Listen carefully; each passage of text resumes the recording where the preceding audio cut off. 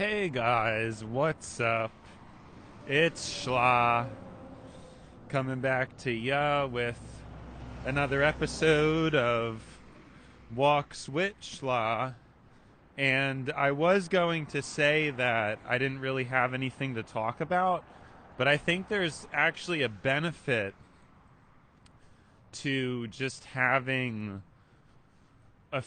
just a few minutes, and it's going to be interesting because the only reason why that's the case is because of how job my job, the way I usually go, I can't. And so I had to go a different way. And it's annoying because it reduces the length of the episode. But it's interesting because even though the length of the episode is reduced, the in that walk, in that just, I believe it was just like 3 minutes, just in that 3 minute walk, I actually thought of something to say. So I think it's pretty interesting how that works out, where sometimes, even when something's unoptimal, it can yield a positive outcome, when you're not forced to do something in the specific way that you yourself may have originally wanted to. I never really thought about doing that before because I'm always thinking about, with the walk switch schla, like, getting as much time as possible and, like, getting outside and hitting record and start talking as soon as possible, to get as long of an episode as possible in. That's kind of how my brain is always thinking. It's always operating at that, like, high power, like boom, boom, max, push, push, optimal. But, there's a different optimization too, which is, I feel like it makes more sense to have that few minute walk of silence where I actually end up thinking of some kind of an idea to then end up talking about, as opposed to, yeah, I think you guys get the gist of what I'm saying. Because, yeah, I mean, jumping right into it, it's good and all, but then there'd be all those times I'd start walking and then I'd be like, well, I don't know what to talk about. I haven't had much on my mind recently, and, or the things I have been thinking about, they're more personal. They're not really anything I would talk about. And but then in those 3 minutes, then that was probably within the first minute. But then then during minutes two and three, then it was different. During minutes two and three, then I started thinking of other things, and so we're here, and that's the gist of that. So, anyways, what my thing is, and I know I've talked about this before, but maybe this is getting at this topic at a different angle, perhaps. It's this idea of fairness, and how, in my experience, when I talk to people and just knowing people, it doesn't really seem like anybody cares if things are that fair or necessarily wants things to be that fair. I don't know. It's just kind of like, in my experience, that tends to be the way things go. I'm not sure why, I'm just not. But that tends to be the way things go. And yeah, it's just like, I really have never met, I don't meet that many people who, actually, like, care about things being fair. It just doesn't usually come up. There are some people who may talk about it in a vague political sense, maybe. There's some people that, they perhaps think the system should be more fair, for example. But I don't even meet that many people like that. I mean, it just seems like most people, at least here in America, they don't really care about whether things are fair or not. I think everybody just wants things to be slightly catered to themselves, and kind of the American way is more grab what you can. You know what I'm saying? Whether, because there's times where people are trying to do stuff or they might have to have something done, and the mentality is, oh, insurance will cover it, get it, do it. Insurance got it. If insurance covers it, do it. And there's usually not that a very important and critical second thought, like, oh, well, even if insurance covers it, if I do the thing, like, it's going to raise the cost of everybody else's insurance, obviously. What if it's something I don't really need to take advantage of? No, I mean, it seems like here in America, that's all just an afterthought. You know, it's all just an afterthought. And people, instead, they go straight for the throat. When it comes to those kind of things, they just jump straight for it.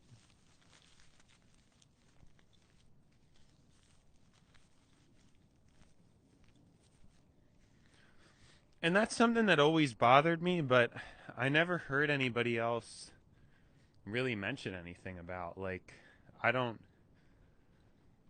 I don't know. Like, I've brought it up to people, and nobody else, I don't even think a lot of people that ever even dawns on them, or they even really look much into the numbers or anything like that. That's kind of how I think things tend to go. And it's I think it's scary. I think it's very scary that that's the kind of world we live in, and presumably the politicians think similarly. It's not a matter of actually constructing things to be fair. It's more a matter of, like, well, what about myself and what can I do for myself? I'm assuming that that's really what goes through a lot of people's minds. Am I going to get a good job? I want a good job. Not like, well, actually, if you have a good job, it likely means somebody else has a bad job. And we should probably try to equalize that, to balance the load or balance the burden. If you have one person who doesn't have to work, then that's going to mean more work for multiple other people. These are concepts that I think for a lot of people it's difficult for them to even understand, or like they definitely never think about it unless it's really brought to their attention. It's just very frustrating for me that, as somebody who thinks of things through a fair lens, and I see value in trying to make things fair and having a sense of justice in the world, that I'm surrounded by people who don't. I'm surrounded by people who, if they're a part of a lower class, then they're not really understanding politics enough. And then the people who are of like a higher class, they don't really understand politics either, but they don't really see a problem with things, or right, they just take what they have. There's plenty of people who are in higher positions and make a lot of money who just grab it and don't really think much about it. They may have nice things, but they don't really enjoy them very much.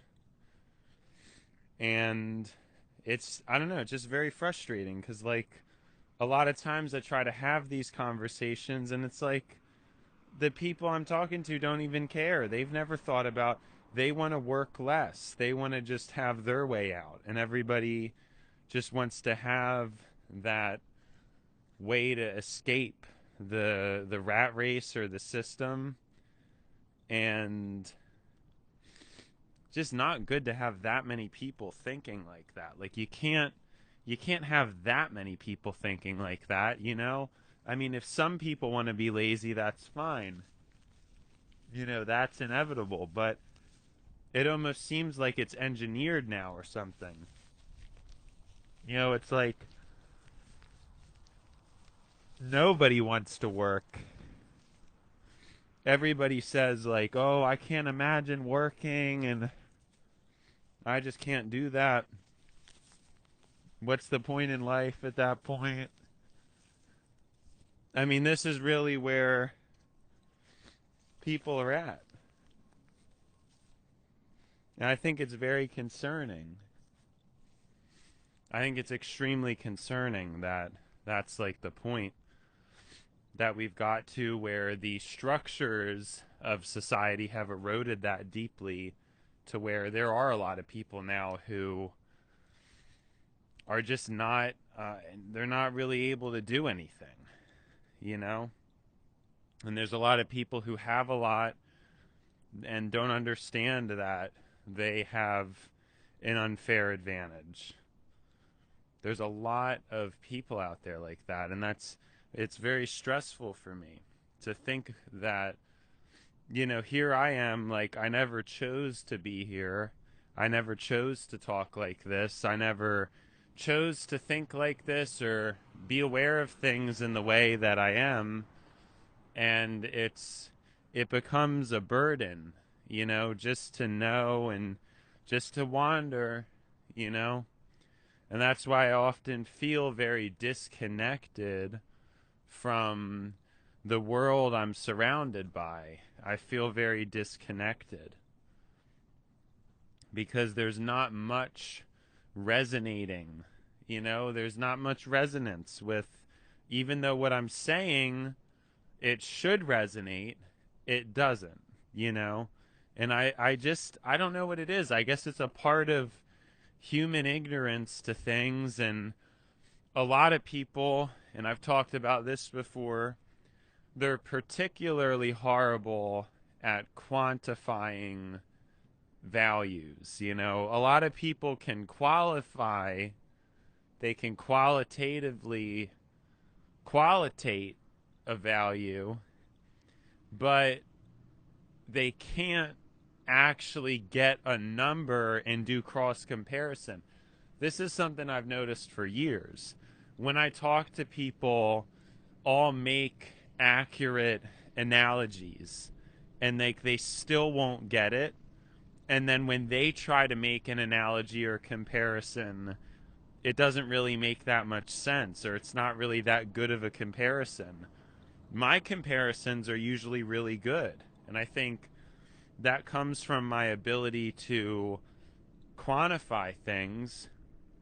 So what happens is I'm in a lot of arguments because I'm able to see something and comprehend something, and then I'm trying to explain it to a person, and then I give a good solid comparison, and then the other person basically acts like I'm stupid and that I'm not doing a good job of explaining, and then they'll throw in their comparison, and their comparison they're making, like, I can tell it doesn't make sense. I can tell, you know, the other person isn't really quantifying things properly. Because when I say quantify, it's attaching a number, a very specific value to a thing, you know. And obviously, when you do that, you can give a very clear comparison, because if I'm comparing the number 50 to the number 51, I can see very clearly how close that is.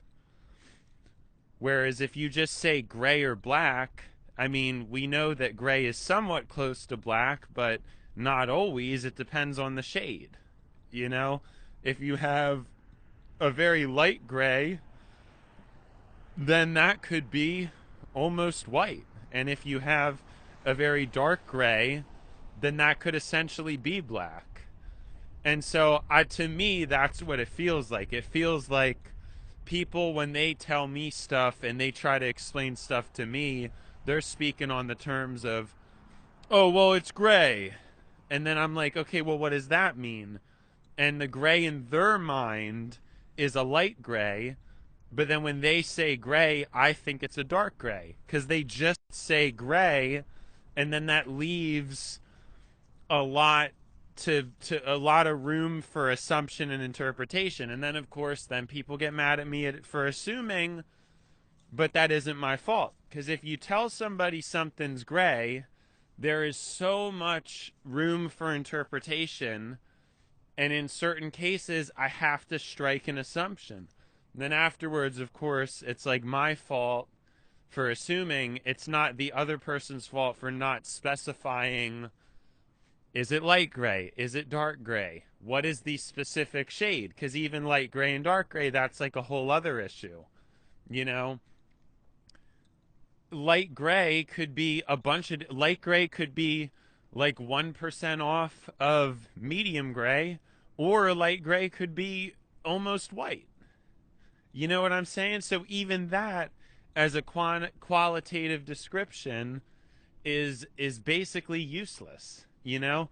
And even this concept right now, I wonder if I would try to explain it to people if they'd already say, "Oh, you lost me." You know, cuz I've gotten that before where I'm like saying this stuff and people are listening, but then they stop listening, you know, and then they don't even know what I'm talking about. And then it's, you know, but then these same people end up calling me stupid when I give my comparison, you know? And so these problems and these flaws, it proves, and maybe in a way that answers my question, right? Maybe that does answer my question, because my original question was this. It's, why do people seem to rudely, in my mind it's rude, but it seems like they don't really care about, I'm trying to think. In my mind, they don't really care about fairness. And it seems strange from my perspective that humans are like that much just trying to be selfish and not caring about making things fair. But I think I just answered my own question. It's that if people's minds just see colors as red, blue, yellow, green, black, white, gray, and then that's how they can interpret and describe things, is just through that vocabulary alone, then they're going to end up missing so much important details as to how to be specific about things, right? And they're going to think I'm stupid because I'm talking about, you know, light gray 67% of the way to medium gray, and then they just think I sound stupid to them, because to them I'm saying something that doesn't exist. I'm saying something to them that isn't there, but it is there, right? And so I think that is really probably the culminating perspective. The culminating perspective is that people can't care about fairness because they can't see it. They can't even understand what would be fair. So I'm at a very torturous vantage point where I know what would be fair, but nobody agrees with me because they think, you know, their fairness is a different perspective. And of course, there's got to be some personal bias to my concept of fair, of course. But I'm saying mine's probably closer to objective because of how much I try to. But again, granted, I understand that, you know, that mine may not be fully objective, but I'm saying I could probably have the patience to even, for example, do a bunch of research and talk to an AI about it and like update my opinion, you know, for example. I think most people, if they have a certain concept of what is or isn't fair, then that's it. And then that's a wrap. You know, I don't think that they're really willing to research, because that's like a whole other thing. I've talked to so many people and nobody's ever willing to research things. Nobody really wants to, as far as I can tell. And it's just like a very frustrating situation, you know? I don't know. But I think that explains a lot. That's why, like, people hear what I say and they just think it's like too much or it's stupid. And that's why they then therefore think I'm stupid, even though I'm talking about and explaining things that are there. They're real. They're real things. It's just that most people don't have the eyes to see what I'm even talking about. And when I try to explain it, they still don't know what I'm talking about. Because the truth is, certain things, they take a lot of words to explain, and sometimes you can only say them with certain words. Sometimes you have to use a higher level vocabulary in order to truly accurately describe something. If you try to dumb down words, you're going to start cutting corners in terms of the true essence of what you're trying to get at. So, yeah, I don't know. I think that's about a wrap, though. It's been schla, and now it's time to buy schla. So, see you, schla.